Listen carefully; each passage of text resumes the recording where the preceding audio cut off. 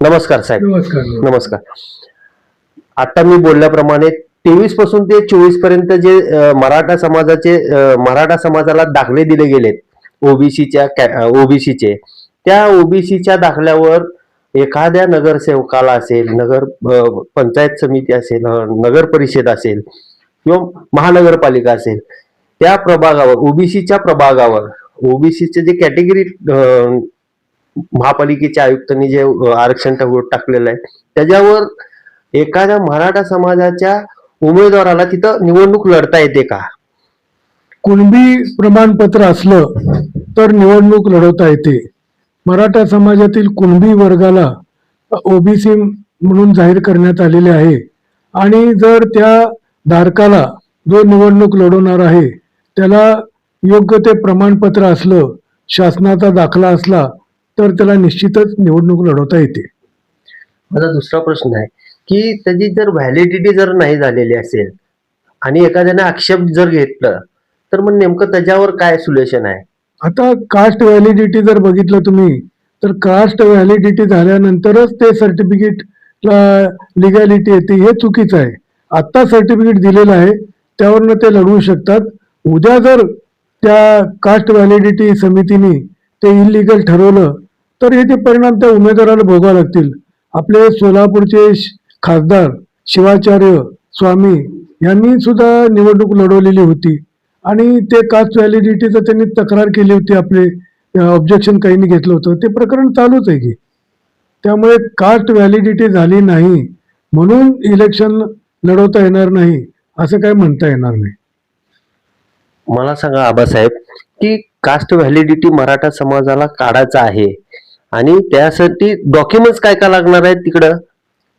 आपण जर बघितलं तर आपण थोडी गफलत होती आपली. मराठा समाज आणि कुणबी, मराठा समाजातलं कुणबी हा एक वर्ग आहे. कुणबी म्हणजे जे ऍक्च्युली शेती करतात ते कुणबी. हा समाज मोठ्या प्रमाणामध्ये कोकणामध्ये आहे, हा समाज विदर्भामध्ये आहे आणि काही प्रमाणात पश्चिम महाराष्ट्रात आहे. आणि मराठवाड्यामध्ये ज्या प्रभागावर हैदराबाद संस्थांचं अधिराज्य होतं त्या ठिकाणी जे आहे हैदराबाद गॅजेट म्हणतात, तिथं कुणबी या नोंदी झालेल्या आहेत. त्याप्रमाणे ते सर्टिफिकेट मिळू शकतं. काय तज्ज्ञाचं म्हणणं असं बी आहे की इलेक्शनच्या संदर्भात किंवा निवडणूक मला जर लढवायची असेल तर त्या राजकारणा संदर्भात कुठलंही आरक्षण अजून शासनाने त्याचं काय परिपत्रक निघालं नाही असं काय तज्ज्ञांचं बी म्हणणं आहे. नेमकं काय आहे भानगड? काय झालेलं आहे की त्याचं ते गॅझेट निघालेलं आहे आणि सगळ्यात महत्वाची गोष्ट ही आहे की एकच शासन बघतं की 50% पुढे आरक्षण जायचं नाही. ही जी सीमारेखा जी घालून दिलेली आहे कायद्याने घटनेने ती पाळली तर सर्वच निवडणुका व्हॅलिड होतात. त्याशिवाय दुसरं एक तर ती 50%ची मर्यादा ओलांडू नका असं सुप्रीम कोर्टाने बजावलेलं आहे. जर ती 50%ची मर्यादा जर ओलांडली तर त्याचे परिणाम भोगावे लागतील. जे उभारणार आहेत ते आणि शासनाला सुद्धा भोगावे लागणार आहेत. नेमकं काय परिणाम होतील?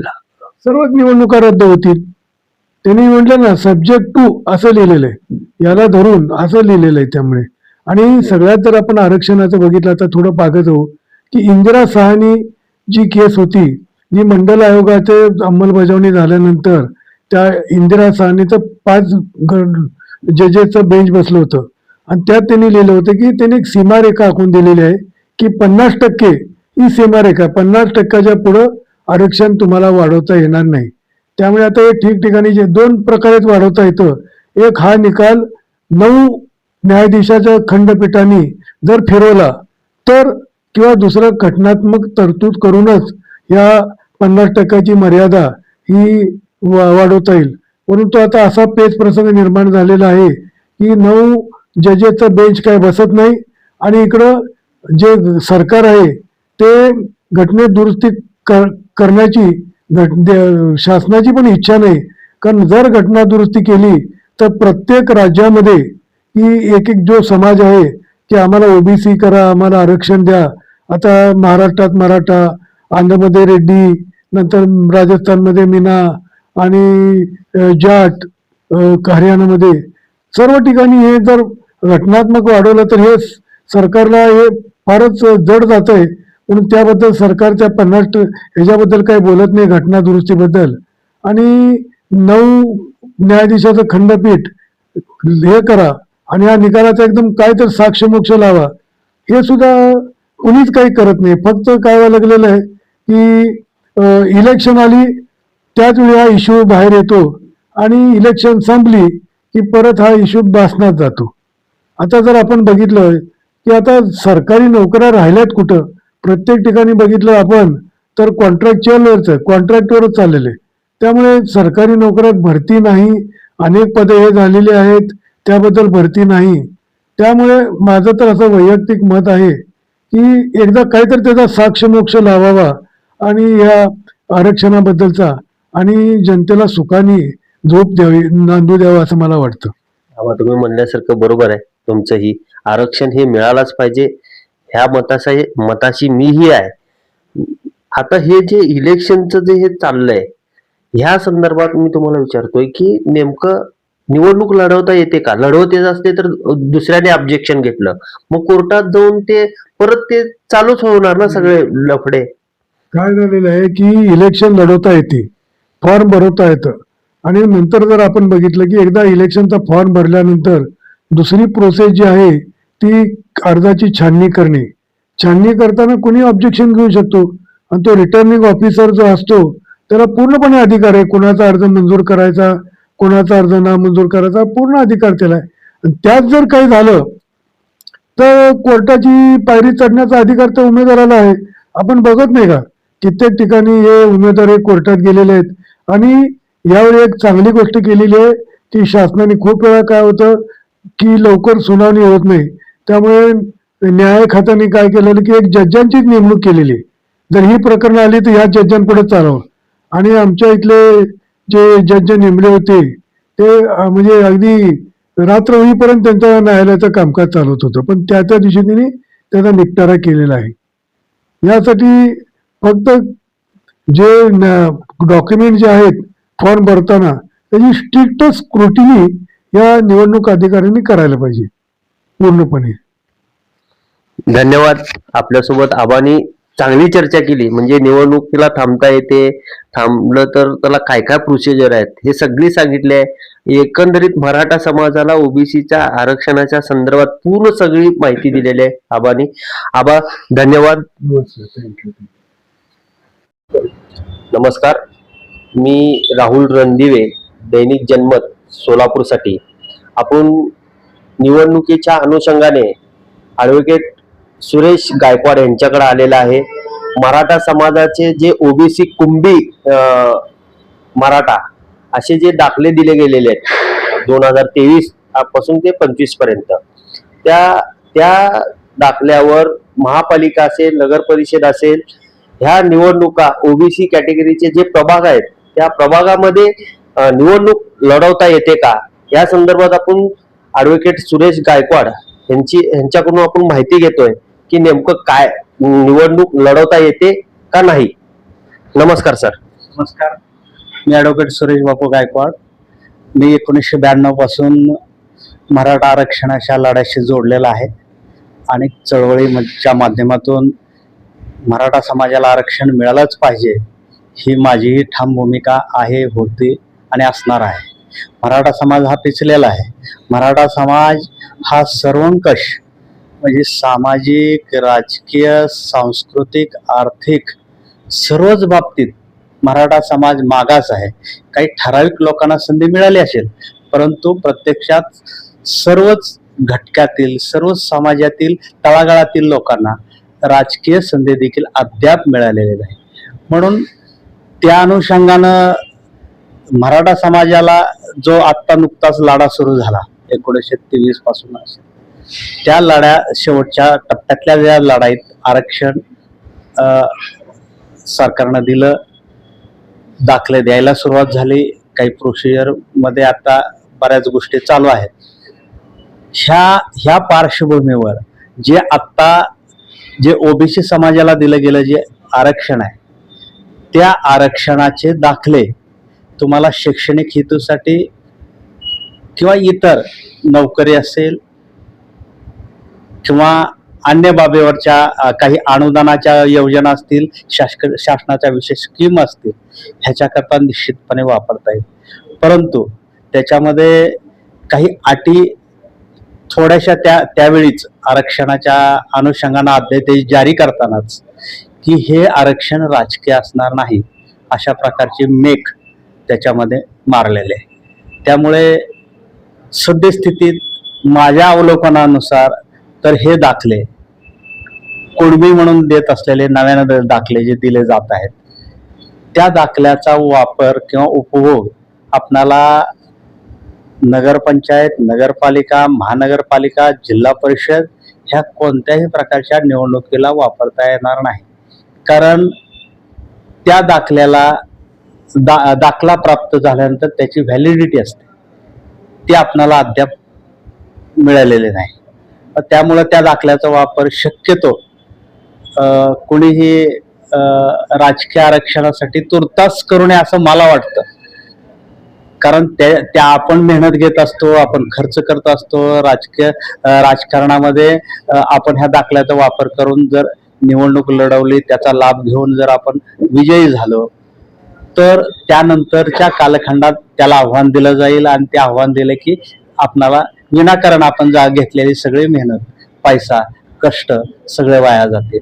त्यामुळे माझ्या माहितीप्रमाणे तरी ह्याचा राजकीय लाभ तुर्तास घेता येणार नाही आणि ह्या निवडणुकीपुरता तरी तूर्त घेऊ नये असं मला वाटतं.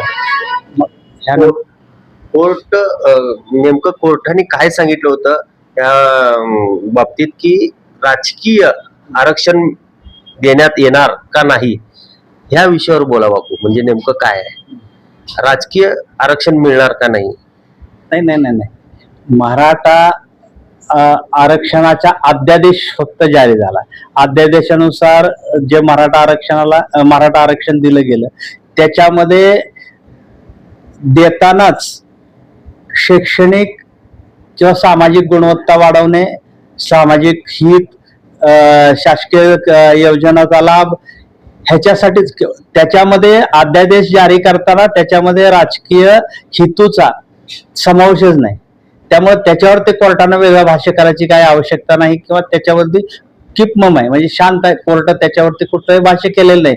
हे दाखले तुम्हाला राजकारणात चालतील नाही चालतील ह्याविषयी कोर्ट बोलायचं काही कारणच नाही. कारण तर अध्यादेशानुसार कोर्टानं त्या भाष्य केलेलं आहे. त्याच्यामुळं त्याच्यावरती आपल्याला म्हणता येणार नाही की हे दाखला इथं. उद्याच्याला कदाचित त्या दाखल्याची व्हॅलिडिटी नसल्यामुळे उद्याच्याला आव्हान दिलं गेलं तर पुन्हा आपण संकटात येऊ. कारण विनाकारणच आपली मेहनत कुणी वाया घालू नये असं मला वाटतं ह्या दाखल्याचा वापर करून. नाही, असं कायद्यात असं मी म्हणलेलं गेलंय की दाखला मिळाला की त्याला व्हॅलिडिटीसाठी आपण जात पडताळणीकडे आपण अप्लाय करतो आणि त्याची जे पोचपावती आहे वगैरे वगैरे घेऊन जे निवडणुकीमध्ये रिंगणामध्ये थांबलेत ते जाऊन फॉर्म भरू शकतात असं मी म्हणलेलं आहे. एक लक्षात घ्या, आपणाला हा दाखला ओबीसी निश्चित आहे, तो जोडून तुम्हाला निवडणूक लढवता येऊ शकते हे निश्चित आहे. परंतु त्याच्या व्हॅलिडिटीचा ज्यावेळी प्रश्न येईल, त्याची गुणवत्ता तपासली जाईल, त्याला आव्हान दिलं जाईल, त्यावेळी आपणाला प्रॉब्लेम येईल. पुढच्या काय गुणवत्ता असणार आहे त्या दाखल्यामध्ये, काय तपासणी करणार आहेत नेमकं? त्याच्यामध्ये राजकीय फायदा घेऊ नये हे आरक्षण तुम्हाला शैक्षणिक हेतूसाठी दिलेलं आहे, सामाजिक स्तर वाढवण्यासाठी दिलेला आहे असा अध्यादेशच देताना काही शर्ती आलेल्या आहेत. त्याच्यामुळे त्याचा राजकीय वापर झाला. कारण आता वापर करताच येणार नाही असं नाही, तो वापर करता येईल. तो दाखला वापरून आपण निवडणुकीला उभा राहू शकतो, निवडणूक लढवू शकतो. ती व्हॅलिडिटी येईल त्यावेळी बघूया, 5 वर्ष तोपर्यंत जातील, परंतु त्याच्यामध्ये टांगती तलवार राहील. त्यामुळे मला वाटतं की शक्यतो विनाकारणच आपण तो डाव कशाला खेळायचा असं मला वाटतं. नाही बापू, तुम्ही म्हणलाय की खरं आहे 5 वर्ष टांगती तलवार असं बापूंनी म्हणलेलं आहे. नेमकं एखाद्याला निवडणुकीमध्ये थांबायचंच आहे, काय पक्षाला दुखवलेले असते, पक्षाला एकाच पक्षामध्ये 2 उमेदवार एकाच प्रभागामध्ये असते आणि एकाला पक्षाला डावलाचं वेळ येत आहे, मग त्या टायमाला तो दुसरा पाय काढतो आणि असं निवडणूक लढवावं असं त्यांना वाटतंय. मग नेमकं ह्या गोष्टीवर तुम्ही काय म्हणता? निश्चित मानसिकता असेल, आपली भूमिका असेल, तो दाखला निश्चितपणे घ्यावा लागेल. निवडणूक आयोगाला तो अर्ज मंजुरी करावा लागेल. ओबीसी मधूनच तो दाखला असेल तर तो काउंटच करून त्याला ओबीसी मध्ये आरक्षित ठेवून ती जागा त्याला लढवण्यासाठी किंवा त्या जागेवर निवडणूक उमेदवार म्हणून पात्र ठेवण्यासाठी त्याला ती मंजुरी द्यावीच लागेल. त्याच्यामध्ये कुठलेही नाही. परंतु त्यानंतरचा जो प्रवास आहे थोडासा अवघड आहे, त्यासाठी फक्त आपण भाष्य करतो. ठीक आहे बापू.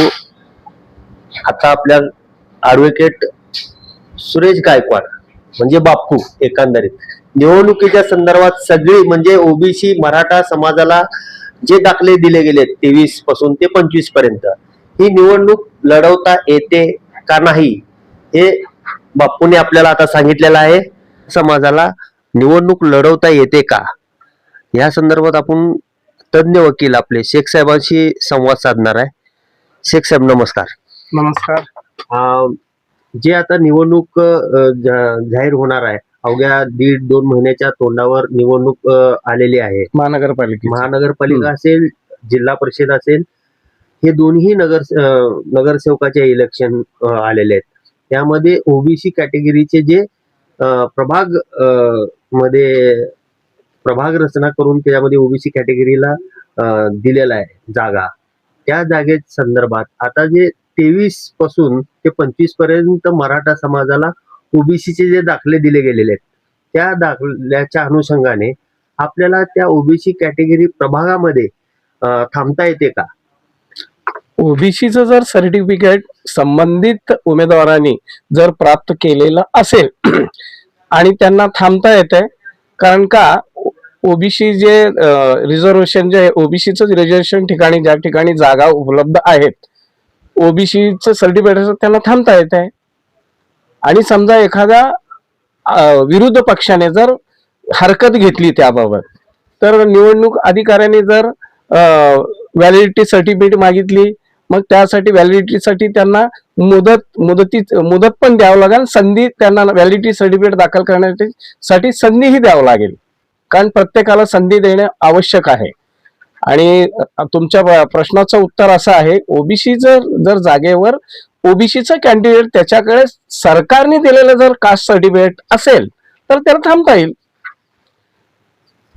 पण एखाद्याने ऐका, जर घेतला, आता सध्याची जे इलेक्शन आहे महानगरपालिकेची, त्यामध्ये ते सर्टिफिकेटचा जे विषय आहे ओबीसी सर्टिफिकेट, ते ह्या कालावधीत इश्यू केलेले सर्टिफिकेट चालेल का न चालेल त्या फॉर्मवर म्हणजे संबंधित निवडणूक अधिकाऱ्यांनी त्याबद्दल काय अपवाद दिलाय का फॉर्म, हेही त्या फॉर्म मध्ये बघणं आवश्यक आहे.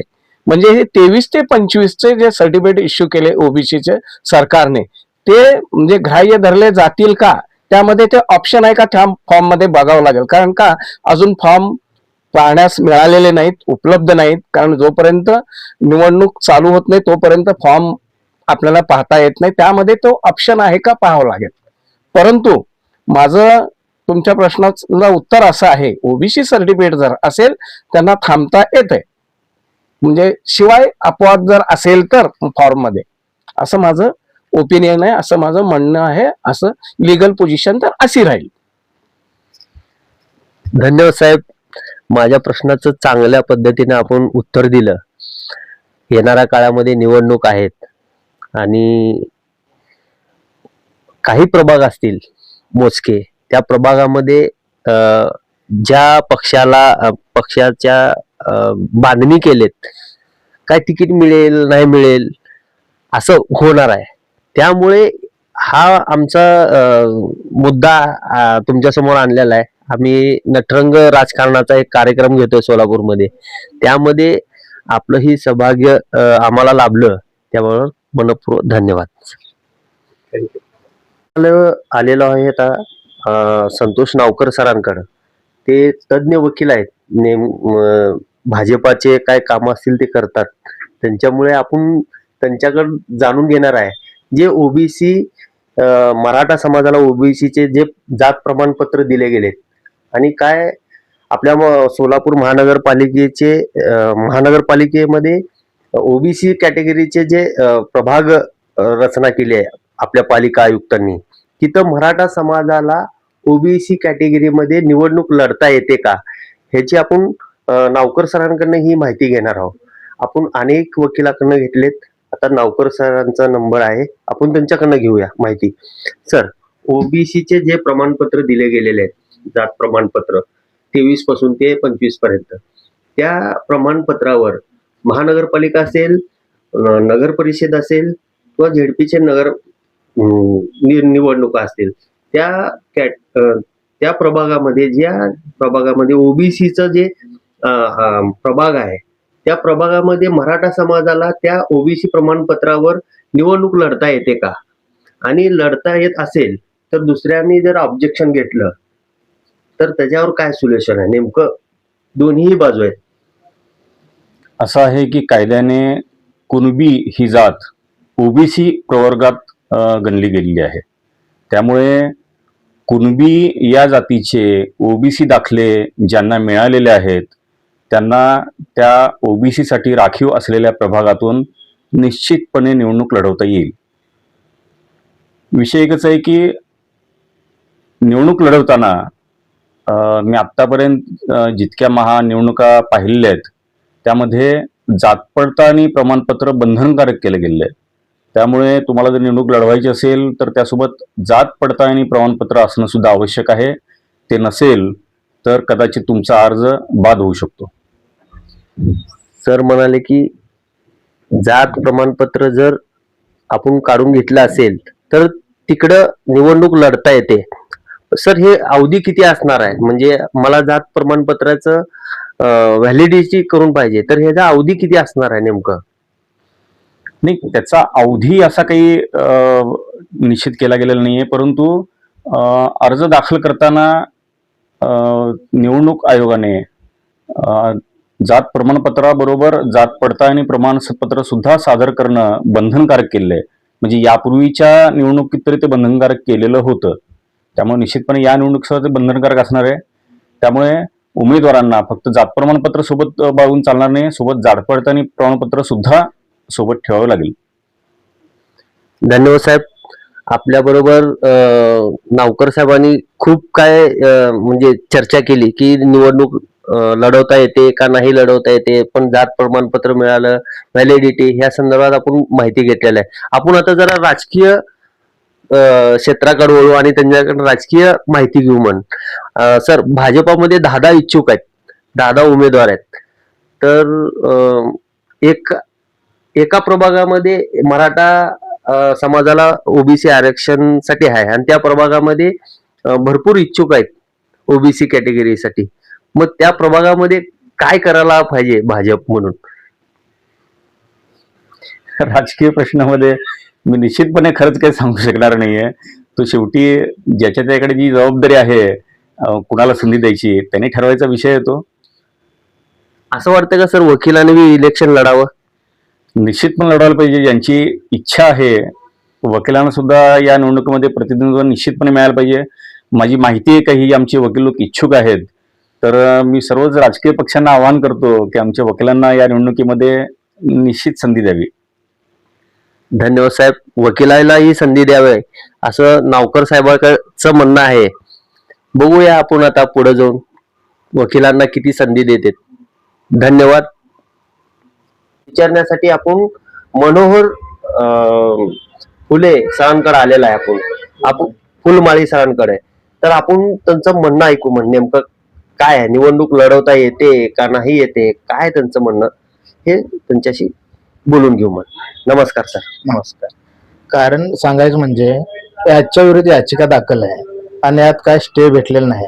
त्यामुळे कुठेही प्रशासकीय ठिकाणी ओबीसी म्हणून चालणारच, आणि आरक्षण ज्या ठिकाणी असेल त्या ठिकाणी त्याने ते चालून घेऊ शकतात. सर, बरोबर आहे तुमचं म्हणल्यासारखं. निवडणूक लढवता येते, पण ज्या ठिकाणी ओबीसीचा प्रभाग आहे आणि तिथं लढवायचं आहे, मला इलेक्शन लढवायचं आहे, त्या संदर्भात कोर्टाचे काय गाईडलाईन्स आहेत? कोर्टाचे काय गाईडलाईन्स आता सध्या तर नाहीये. हा. अंतरिम काय ऑर्डर तर झालं नाही. हा. आणि जेव्हा अंतरिम किंवा कुठल्या स्टे त्याच्यावर भेटला नसल्यामुळे यांनी कुठलेही प्रशासकीय निवडणुका असू द्या किंवा प्रशासकीय कुठलेही ठिकाणी त्यांनी ओबीसी दाखला वापरू शकतात. अजय रणसंगारे यांच्याकडे आलेला आहोत आपण, ॲडव्होकेट आहेत ते, आणि आपण त्यांच्याकडनं ही माहिती जाणून घेऊया. ओबीसी आरक्षणाच्या संदर्भात ज्या ओबीसी कॅटेगरीमध्ये 2023 पासून ते 25 पर्यंत ज्यांना जात प्रमाणपत्र दिलं गेलंय, ते आता महापालिका असतील किंवा झेडपीच्या इलेक्शन मध्ये ज्या प्रभागामध्ये ओबीसीचं आरक्षण टाकलंय त्या प्रभागामध्ये त्या जात प्रमाणपत्रावर निवडणूक लढता येते का, हे आपण जाणून घेऊया रणशृंगारे सरांकडनं. नमस्कार सर. नमस्कार. आता मी म्हणल्यासारखं की ज्या प्रभागात ओबीसीचं आरक्षण टाकलंय, महापालिका असेल किंवा जिल्हा परिषद निवडणुका असतील, त्या प्रभागामध्ये ओबीसी कॅटेगरीच्या मराठा समाजाला मराठा समाजाच्या नागरिकाला तिथं निवडणुकीला थांबता येतं का? ज्या मराठा बांधवांनी नुकतंच महाराष्ट्र सरकारने जे आरक्षण दिलं कुणबी कोट्यातून, किंवा ज्यांना कुणबी दाखला मिळालेला आहे त्यांना ओबीसी प्रवर्गामध्ये समाविष्ट करून घेण्याचा जो निर्णय दिलेला होता, त्या निर्णयाप्रमाणे जर मराठा बांधवांनी कुणबी प्रमाणपत्र काढलेलं असेल तर त्यांना निश्चितपणे ओबीसी प्रवर्गातून निवडणूक लढता येईल. त्याला कुठलीही कायद्याची बाधा नाही. हा शासकीय अध्यादेश जारी करताना या कुणबी प्रमाणपत्राचा उपयोग ओबीसी प्रमाणपत्र मिळण्यासाठी झाल्यानंतर राजकीय निवडणूक लढता येणार नाही असं कुठेही त्यात नमूद केलेलं नाही किंवा असं कुठलाही बार नाही. त्यामुळे निश्चितपणे त्यांना ओबीसी प्रवर्गातून ही निवडणूक लढणं सोपं जाईल किंवा उभारता येईल. त्यात कुठलाही कायदेशीर अडथळा नाही. एखाद्या उमेदवाराने ज्या ओबीसी आरक्षणावर ऑब्जेक्शन घेतलं, त्याची व्हॅलिडिटी वगैरे वगैरे, काय नेमकं काय भूमिका होईल पुढं? आता कसं असतं की जात वैधता प्रमाणपत्र प्रत्येक वेळी उमेदवाराकडे हजर असेलच असं नाही. त्यामुळे निवडणूक आयोग यासाठी वेळोवेळी नियमावली करत असतं. म्हणजे जसं की जेव्हा जात वैधतेचा प्रमाणपत्राचा प्रश्न येतो, वैधता देणं हे कंपल्सरीच आहे, अनिवार्य आहे, उमेदवारांना देणं बंधनकारक आहे. परंतु जेव्हा आपण उमेदवारी दाखल करत असतो त्यावेळी समजा एखाद्याचं जात प्रमाणपत्र नसेल तर त्यानं ते 6 महिन्यात प्राप्त करून आयोगापुढे सादर करणं त्याच्यावर बंधनकारक आहे. आपल्या बरोबर ॲडव्होकेट शरद पाटील साहेब आहेत, त्यांचंही आपण म्हणणं जाणून घेऊया नेमका आरक्षणासंदर्भात. नमस्कार सर. नमस्कार. आरक्षण संदर्भात ज्या प्रभागामध्ये ओबीसी आरक्षण आहे, ओबीसी आरक्षण कॅटेगरीमध्ये मराठा समाजाला जिथं कुणबी 2023 पासून ते 25 पर्यंत जे कुणबी मराठा म्हणून जे जात प्रमाणपत्र दिलं गेलंय, त्या जात प्रमाणपत्रावर ओबीसी कॅटेगरीमध्ये निवडणूक लढवता येते का? जे कुणबी सर्टिफिकेट नव्यानं या 2 ते 3 वर्षात आंदोलनानंतर मिळालेले आहेत, ती मूळतः ज्या लोकांना मिळाली त्यांचा कुणबी ऐतिहासिक पुरावा मिळाल्यानंतरच ते मिळालेले आहेत. म्हणजे कुणबी सर्टिफिकेट जर दिलेलं असेल आणि संबंधित कुणबी सर्टिफिकेट जे आहे ते संबंधित सब डिव्हिजनल ऑफिसर म्हणजे उपविभागीय अधिकारी नी दिलेलं असेल आणि त्याच्यामध्ये स्पष्टपणे त्या ओबीसी सर्टिफिकेट मध्ये काय कशा पद्धतीने नमुना असतो, तर इथं माझ्यासमोर एक नमुना पण आहे की form of caste certificate to be issued other backward classes, Vimukta Jati, nomadic tribes, BCD, special backward class, educational and socially backward class and the special backward class and its synonym belong to state of Maharashtra. आता इथे एक व्यक्तीचं नाव घेणार नाही, फक्त तिथं सांगितलेलं आहे सोन so person, so taluka, so district belongs to the Kunbi 83 caste which is recognized as other backward class under the government resolution number CBC 1467/M as amended as dated 13/10/1967. म्हणजे आता 13/10 1967 जी संबंधित गव्हर्नमेंट रिझॉल्युशन मध्ये Kunbi caste other backward caste मध्ये घेतलेली आहे आणि त्या other backward caste मध्ये जर सर्टिफिकेट क्लास मध्ये घेतलेले असताना त्याच्यामध्ये जर सर्टिफिकेट संबंधित व्यक्तीकडे असेल तो कुठल्या कास्ट आहे डझंट मॅटर, पण त्याकडे कुणबी सर्टिफिकेट जर असेल तर त्या वेळेला तो निवडणुकीमध्ये निश्चितपणे त्या प्रभागामधून उभा राहू शकतो.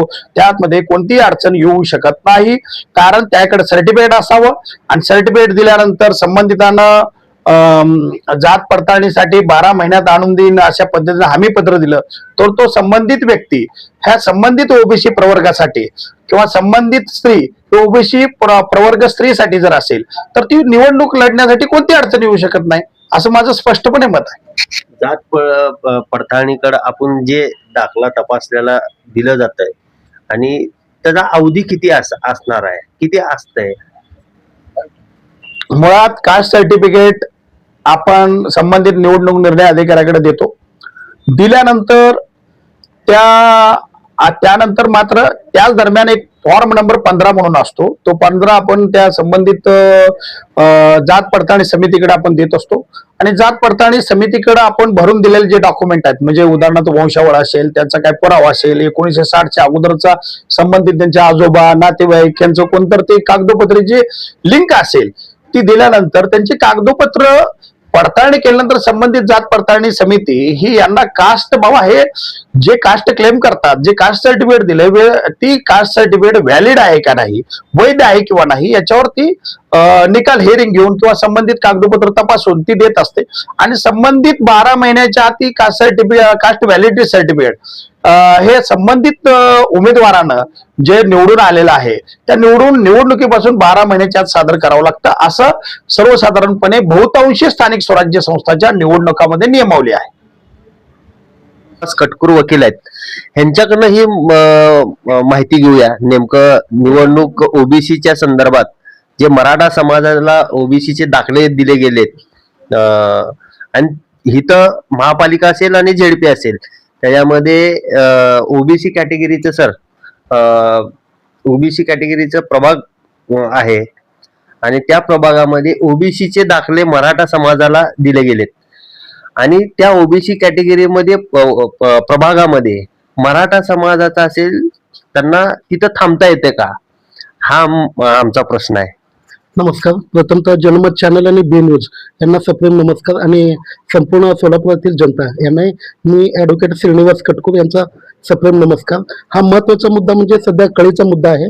सोलापूर महानगरपालिका येत्या 2026 मध्ये ज्या सार्वत्रिक निवडणूक आहेत त्या निवडणुकीमध्ये जातीचा विषय, कास्ट विषय आणि सर्व जातींमध्ये हा थोडा एक कळीचा मुद्दा ठरणार आहे आणि विशेषतः ज्यावेळी मागच्या वेळी आदरणीय मराठा आंदोलकांनी बांधवांनी जो आंदोलन केलेलं आहे आणि त्यांना ओबीसी प्रमाणपत्र दिले गेले बऱ्याचशा प्रमाणात खूप काही म्हणजे ओबीसी प्रमाणपत्र मराठा समाजाला दिलेले आहेत, तो दिलेले प्रमाणपत्र सर्टिफिकेट ते व्हॅलिड आहेत.